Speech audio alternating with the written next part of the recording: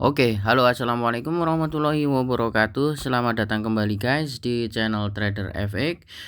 Kali ini kita akan memasuki part ketiga dan di part ketiga ini kita langsung ke contoh saja. Di sini terlihat previous daily high-nya sudah di sweep. Ya, ini di sweep. Ini artinya apa? Artinya akan ada penurunan harga, setidaknya targetnya di low-nya ini. Sekarang kita turunkan time frame ya, dari time frame daily langsung ke time frame H1. Kuncinya kita mencari PD array dan harus ada imbalance atau fair value gap. Ya, kalau teman-teman masih belum ngeh di sini bisa dicek video yang kemarin. Nah, ini kan ini adalah breaker block. Nah, di sini lahir breaker block. Jadi sweep di H1 daily tadi ini menciptakan breaker block dan di sini ada small ya, kecil. Ini kan fair value gap. Nah, kalau sudah seperti ini kita bisa aja langsung pending order di breaker block itu atau di fair value gap ini. Nah, target bisa langsung kita kemana, ke low-nya ini.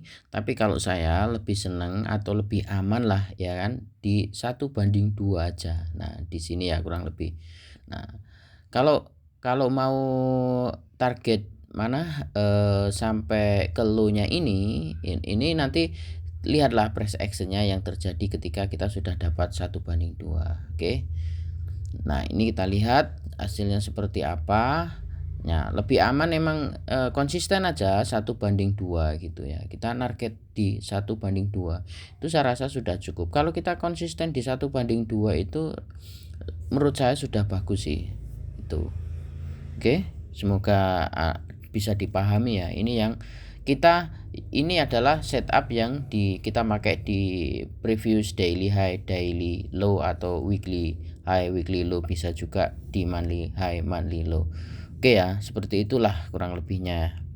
Sekarang kita lanjut ke contoh berikutnya ya. Ini konfirmasi yang berikutnya di sweep ya, sweep swing. Lihat ini ya, ini time frame H4. Nah, swing high sebelumnya ini kan di sweep ya kan, ini sweep, dan sebelum sweep harga naik ini dia kan menciptakan ini fair value gap buy. Ya, dan sekarang dia menciptakan fair value gap sell. Nah, harga posisinya berada di bawahnya swing sebelumnya kan. Nah, ini fair value gap sell. Artinya dari sini kita bisa ancang-ancang. Bentar, kita agak kurangi ya ininya kecerahannya biar nggak terlalu tajam. Nah, maksud saya kita bisa mencari peluang sell, dan ini adalah setupnya. Peluang sell di mana? Di fair value gap sell. Ini adalah Subten atau VSR ya kan. Inilah ya seperti ini. Ini adalah contoh dari Subten. Sekarang kita tunggu harga masuk kembali ke area ini. Nah, ini imbalance ini ya, dan harus respect kalau kita mau sell. Nah, ini kan respect kan, dia hanya meninggalkan shadow, yang masuk itu shadow aja gitu loh. Nah, karena ini time frame H4, maka kita harus turunkan time frame untuk mencari konfirmasi. Nah, kita turunkan time frame ke M15. Nah, apa yang harus kita cari di M15 sekarang? Di M15 kan ini terlihat sudah ada harga sudah masuk ke area imbalance H4, dan di sini kan sudah mengambil yang namanya liquidity kan di sini. Nah, ini kan liquidity diambil dan masuk ke fair value gap H4. Sekarang kita harus nunggu di M15 ini dia membentuk fair value gap baru. Nah, fair value gap itu dibentuk di sini kan. Nah, ini kan ini terjadi fair value gap di M15. Artinya kita bisa pending order sell di fair value gap ini gitu loh. Nah, ini kita pending order sell di sini. Nah, gini. Stop loss di mana stop loss? Kalau saya biasanya di atasnya swing terakhir. Ini kan swing 1. Nah, di bawahnya ini kan ada swing 2. Nah, di sini saja. Nah, target lebih aman cukup 1:2 saja. Nah, ini lebih aman. Kita konsisten di sini. Oke, nah kita lihat hasilnya seperti apa.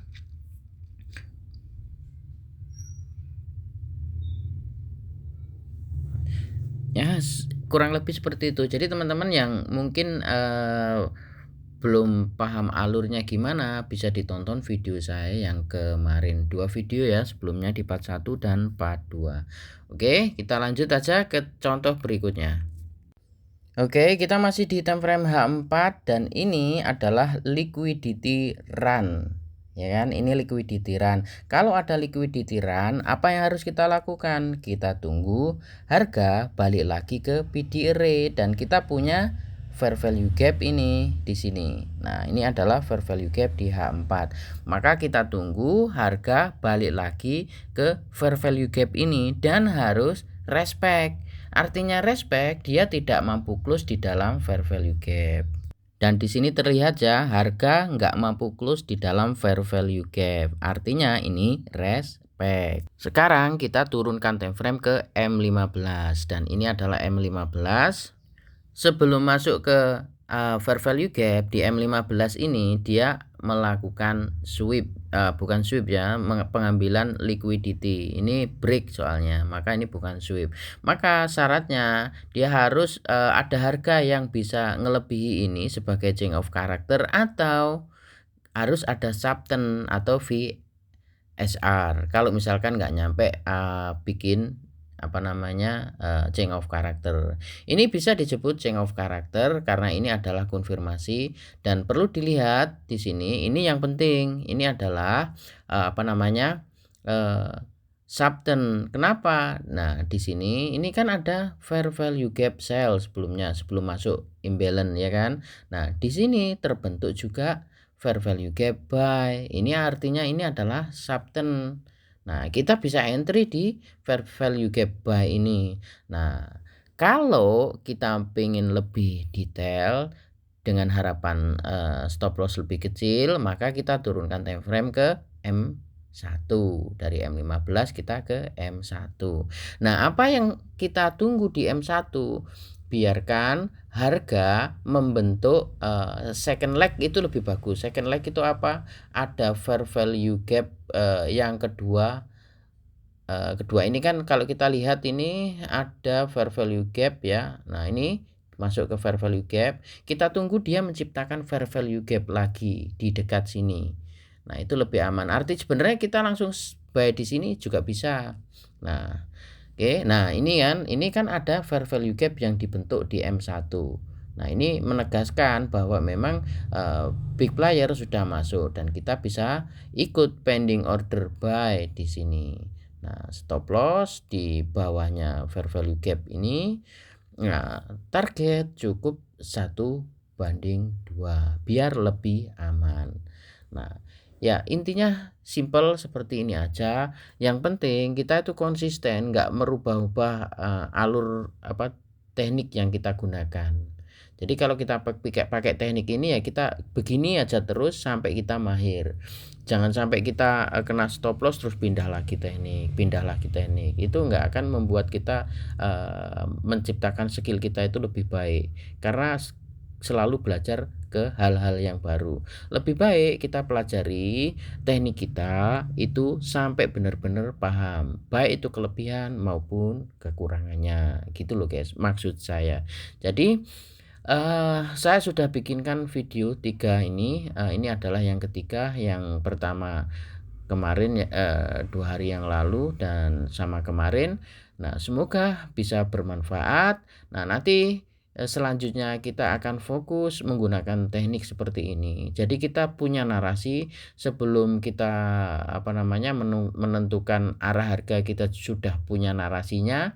Dan sekarang kita sudah tahu apa itu pijakan dan konfirmasi juga seperti ini ya. Sebenarnya sudah banyak yang membahas ya kan, sudah sering kali dibahas ya. Cuman kadang sesuatu yang simple itu sering kali kita bikin ribet, sering kali kita lupakan, nyari sesuatu yang ribet. Padahal sesuatu yang ribet itu belum tentu profitable gitu guys. Oke, saya rasa cukup, saya akhiri. Wassalamualaikum warahmatullahi wabarakatuh.